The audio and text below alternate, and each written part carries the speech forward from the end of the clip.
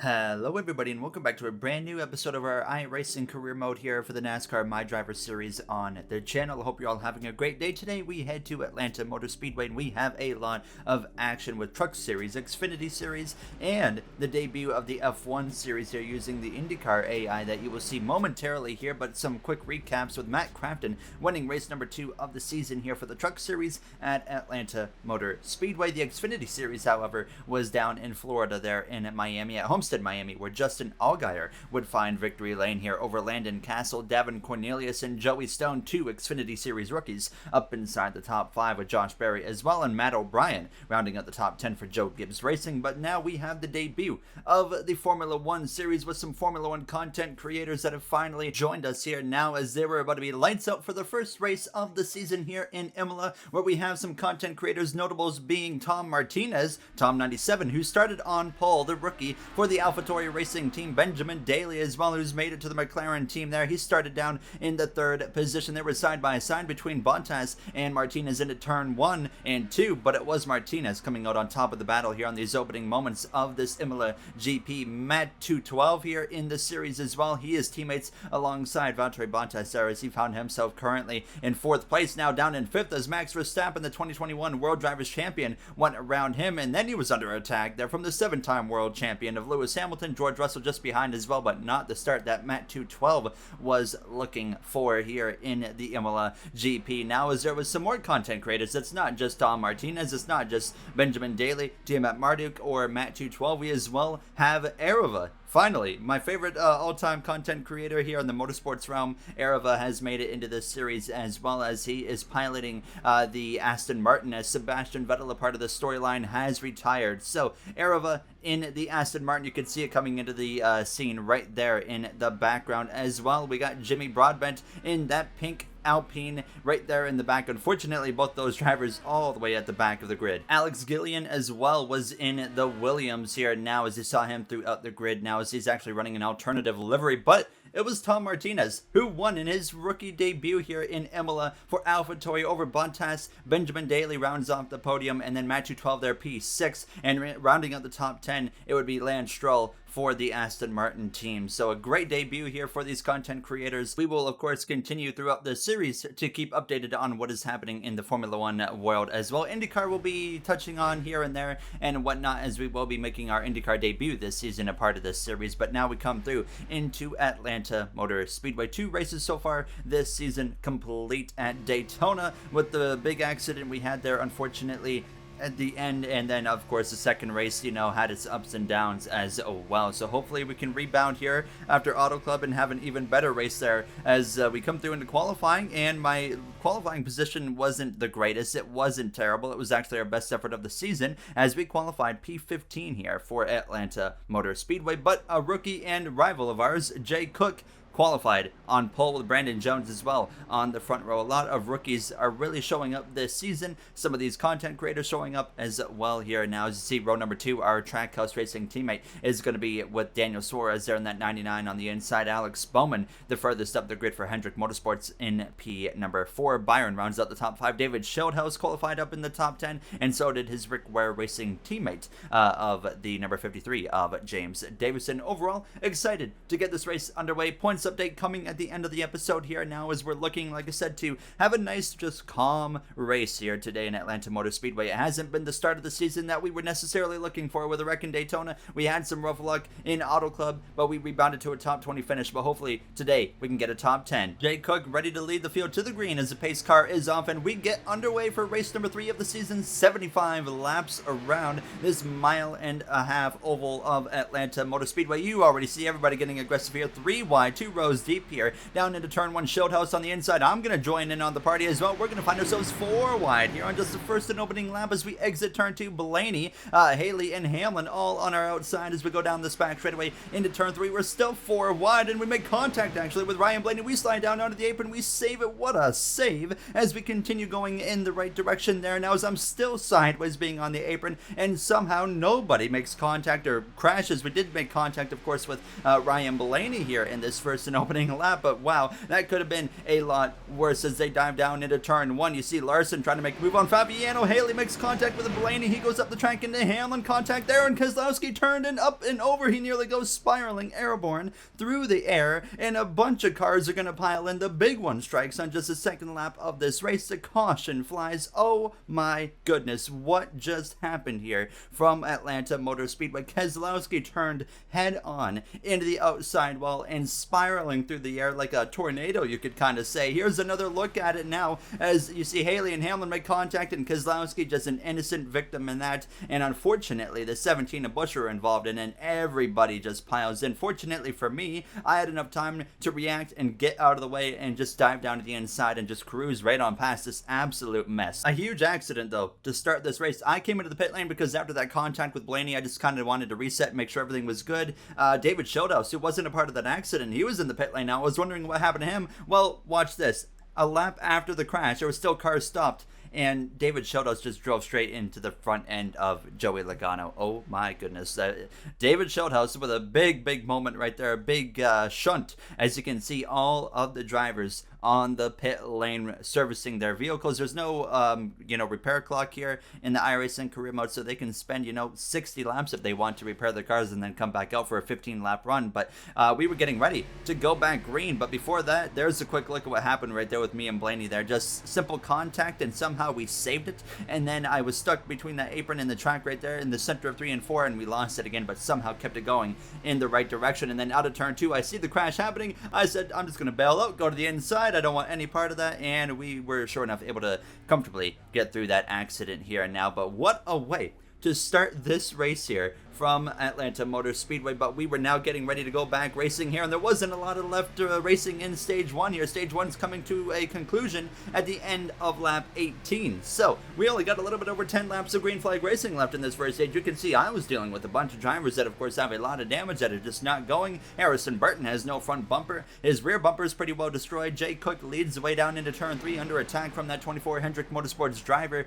of William Byron. Suarez, Bowman, Jones still all up here in the mix. Michael Cozy Jr. trying to get up into the top 5 as well, as he's alongside another rookie of Sheldon Creed in that 13 car. A lot of rookie presence currently up here in the top 5 and the top 10 as well, with Cook leading the way of course here over William Byron. But that wouldn't last long. Byron would get in front of Cook, but then both of these drivers would fall down the order. William Byron would fall significantly far down the order here, and everything would kind of go for a bit of a reshuffle as I was starting to make my way forward here, using the outside to my advantage and that momentum that it carries. Jay Cook would return to the lead briefly, but then he would actually give it up to both Daniel Suarez and Brandon Jones, who had found their way up into the mix, and we were closing in towards the end of stage 1 here, now 5 laps to go in the stage, and here I was saying hello to the back of this top 10. Keep in mind, the only driver that gets points for a stage is the winner, and they get 5 bonus points here. Now, Brandon Jones was leading the way in these closing laps. He's already won multiple stages. He's won the most stages of anybody this season. Hasn't won any races, hasn't really had the finishing position to show how he's run, but here he was again in position to win stage 1, and we had gotten ourselves into the top 10 by the end of this first stage here. Final lap down into turn 3, side by side with that number 5 of Kyle Larson. Cozy Jr. up there in the mix with the 96 of Jones, but nobody has anything for him. Fabiano third, now down to 4th as Suarez makes the pass around the outside, but Brandon Jones gets the 5 bonus points with the stage 1 victory here from Atlanta Motor Speedway. A wild start in Atlanta, and everybody would make their way into the pit lane here. 4 tires, fill it up with fuel, make any repairs necessary, especially the back half the grid. I mean, there was like 20 cars that were like a lap down already in this race here from Atlanta Motor Speedway, but I would come out of the pit lane here in a pretty good position here now, as I found myself, I think 1, 2, 3, 4, 5th out of the pit lane, so things were looking pretty good as we got a moment to finally breathe here from Atlanta. Wild race, like I said, so far here just after the first couple of laps, but it was Michael Cozy Jr. who would lead the way to the start of stage 2 there now, as he is looking to be the first rookie to win this season. James Davison, he won the Daytona 500. I don't know, maybe he counts for a rookie or not, but Kyle Larson won race number 2 at Auto Club in California, just like he did in real life actually here and now. But Michael Cozy Jr. out in front, as well as Jeff Fabiano Fabiano side by side right here with the 96 of Brandon Jones, but you can definitely see there's a lot of momentum on that outside line, especially in turns 1 and 2. Not sure about 3 and 4 as you see Jones to the inside, Bowman to the middle, Cozy on the top, Fabiano right there to the back of that 48, but they're pretty even here down the front straightaway. I gained a bunch of momentum myself. We're side by side with Jeff Fabiano as we go down towards turn 1 here now, as we will take the position away from that number 27 Fabiano Motorsports Ford Mustang. They're nearly contact between Bowman and Jones. I dive to the outside of that number 48, and we will continue to move our way forwards into the top 3. We have a fast car here from Atlanta. We are proving that very, very quick. Brandon Jones, he would make the pass on the 98 of Cozy, and then I would get to the outside of Cozy here on lap 27 down into turn 1. Worth noting, by the way, that stage 2 ends at the end of lap 38, so we had about a 14-15 lap second stage here. Then it's a scrap through that third and final stage, but we would get ahead of Cozy, but it didn't last long because he would repass me on the inside in 3 and 4 now as we continue to try and scrap it out. I want to lead my first laps here in the Cup Series, and as well I would love to win the stage if possible, get an extra 5 bonus points here. As we dive down into turn 1 though, you see Cozy to the inside, the 96 to the middle, myself to the top here now as we just have that momentum on our side. The 98 there, or the 96, sorry, doesn't quite have the same momentum. We get clear of the 96 to Jones, and then lap 29 down the back straightaway, Cozy leaves the top available, and I pounce on that opportunity side by side for the lead as we go into turns 3. And for that 96 again, he's going to go to the middle, Cozy to the bottom, myself on the top here now. Multi-groove, mile-and-a-half racing, so much fun here in iRacing now against these AI drivers, and that is what a show as we lead the lap finally here in Atlanta Motor Speedway now. I think this is our first official lap led. I don't think we ever led a lap in Daytona there, as we cut straight through to the final lap of stage 2 about 10 laps later. There was not much of a contest. I couldn't pull away from anybody. Kyle Larson, he moved up into second place over Cozy, as well as Fabiano, and Brandon Jones kind of faded a little bit, but we would come through to win our first ever stage in the NASCAR Cup Series there. 5 bonus points to our name here in Atlanta Motor Speedway as we get ready to make some pit stops. Car feels really good. Don't touch it. It's so good right now. There, you hear myself on the radio now as we were ready to lead the field into the pit lane here, and now it's been a really good race for us so far here. Missing the big accident earlier, and we would come into the pit lane and 4 tires, fill it up with fuel, no adjustments here now, but I made a bit of a mistake. I sped. Yep, I sped on the pit lane there, and you would see in the top left corner there it is. I would be told to drop to the end of the longest line. So I made a big error right there. That will shuffle us to the back of the grid for the start of stage 3. There's always some big mistake that I make here, no matter what racing game it is, and unfortunately it would be quite a hefty one because we have a lot of traffic that we would have to work our way through here now as this third and final stage would get underway there. That was an embarrassing mistake. There was no reason to make it, but unfortunately I did, and as we would get back underway, there's only 31 laps of racing here in Atlanta, or 32, sorry. So we have a long way to go, but we have a long way to go to the front as well here. So it's going to be very, very tough now. As you can see, everybody spreads right out. They go 3 wide. They'll sometimes even force it 4 wide as they head down this back straightaway for this first and opening lap of this third and final stage here from Atlanta Motor Speedway. Now, as you can see, kind of like 2 separate packs because Austin Dillon is holding up everybody behind him, and then up front, there's a bit of a battle going on as well. 4 wide between Elliott, Jones, Stenhouse, and the 37 of Priest. They make contact. They're going to go crashing here down the front straightaway. Blaney involved, and everybody's going to come piling in. Oh my goodness, a huge accident. The 8 is up and over, the 45 as well. The 21's on his side. The caution's going to fly in Atlanta. A huge crash. The big one strikes again. We're involved somehow as well as the caution flies. Wow, a huge accident in the start of this third and final stage from Atlanta Motor Speedway. You can imagine now I'm frustrated because I just got a speeding penalty, got put to the back, and then we get involved in this, and you get a replay right there. The 47, the 37, they just come together. 2 JTG Doherty teammates, and then unfortunately Reddick with nowhere to go. He goes crashing, flipping over top of cars. I get clipped by the 33. The 45 of Ty Gibbs, another rookie, went up and over at some point as well. The 21 of Harrison Burton, he ended up on his side, and just look at that. Unbelievable accident here again from Atlanta Motor Speedway. Here's another look there. You'll see the 21. He goes up and over on his side, somehow not fully up and over, but wow, what a crash here in Atlanta. I was very, very frustrated. Here's a look at what happened to me here. So I'd done the job for the most part, but right here, the 33 clips me in the right rear. We pick up some minor damage here, but I would, of course, come into the pit lane to fix it because we had just spun out and got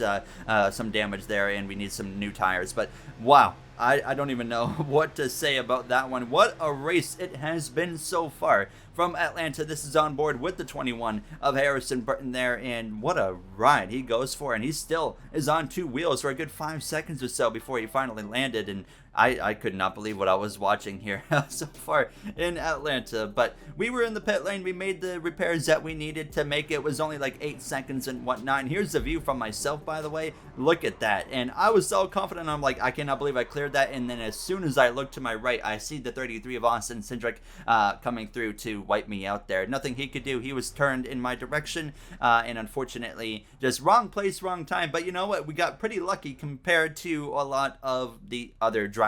But this would lead to a whole mess in itself. You thought that wreck was a mess? Well, it got worse. NASCAR got extremely confused with the running order and whatnot, and I was told with 1 lap to go that I stay behind the 31 car, but you can see not everybody is here behind the pace car. There's cars trying to go around, there's cars trying to stay behind, and next thing you know, I was in P1, yes, or P2, alongside Cody Ware, and then I was told to let cars go. So next thing you know, I'm trying to stop, and everybody is just confused at this point. You got some drivers going around the pace car to get laps back. I'm being told to stop, and then I'm being told to go back forward, and then I get told to stop again by NASCAR here. So the race director is having a complete meltdown here in Atlanta Motor Speedway all of a sudden. So now they're telling me again to go to the front of the pack and take the lead of this race as the pace car was coming in to go to the green flag. And we spent like 8 laps under caution trying to determine this. So all of a sudden, I'm up here on the front row for the restart after crashing. I'm in second place as Kyle Larson leads the way down into turn 1, but he passed me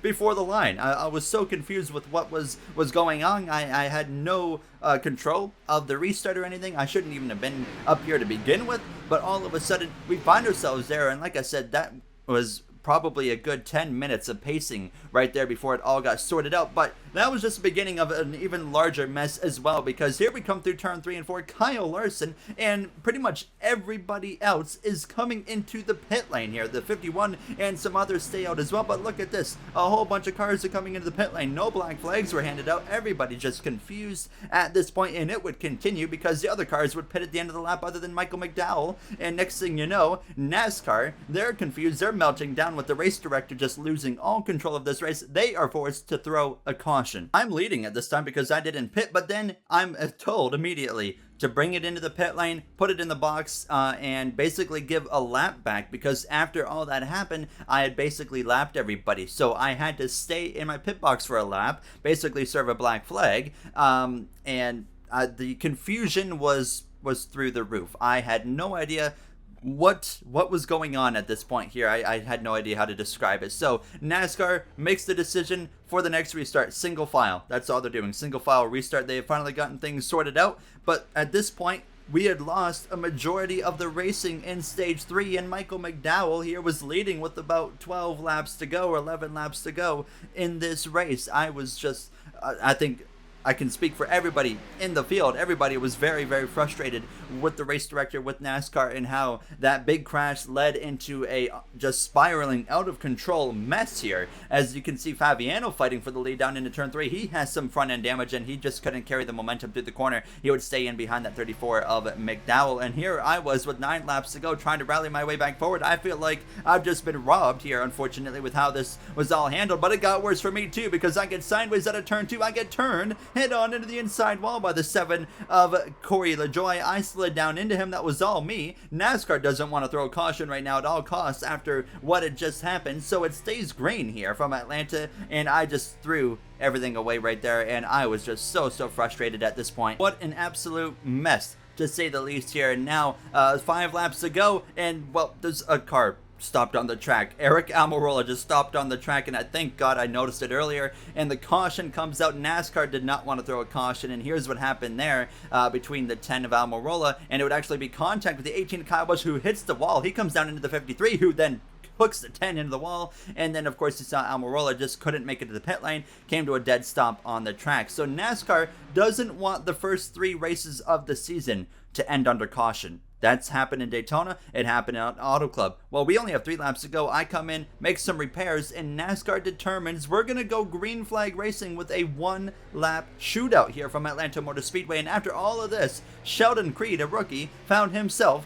in control of this restart, leading the way over Jeff Fabiano over the 11 of Denny Hamlin. He got a good jump, and all of a sudden, Sheldon Creed is in position to win here in Atlanta Motor Speedway. Keep in mind, no playoffs, so he's not going to lock himself into anything here, but still nonetheless big for Sheldon Creed in this RCR group here as he leads the way down this back straightaway into turn 3 after a bunch of confusion here in stage 3. An absolute mess, a meltdown, a loss of control from the race director. It's going to be Sheldon Creed who leads the way out of turn 4 to get his first Cup Series win in his third ever start in Atlanta Motor Speedway. I don't even know still what to say after this race. Now, everybody, of course, as you could imagine, very, very frustrated here in Atlanta. Someone's got to get fired for that. What an embarrassing moment. In my whole racing career, I've never seen anything like that. I should have just stuck to the road racing side. Obviously not very happy myself because, I mean, just with everything that went down, it was just handled so poorly. And yeah, as you can imagine, there was some repercussions. NASCAR would come out with an announcement immediately following the race, and they says that they will announce the immediate termination of race director Michael Fasty after the mess of events and how they were handled in Atlanta. NASCAR failed to comment on who will be named the new race director. So there you have it. The race director fired, sacked. NASCAR says you're out after that, and what a mess. Here is the points following the first 3 races of the season. Daniel Suarez, who hasn't won, has the overall lead by 2 points over Michael Cozy Jr., Brandon Jones, Davison. Rounding out the top 10 is Chase Elliott. There's, we're going to scroll down a little bit further. You're going to see where I am currently scored in the points, and I find myself in 21st place, 1 point behind our rival, former teammate at Colleague Racing in the Xfinity Series of Jay Cook. But that does it for me. What a mess of events here in Atlanta. It leads to the firing of the race director, and what a race, a bunch of crashes, huge crashes as well,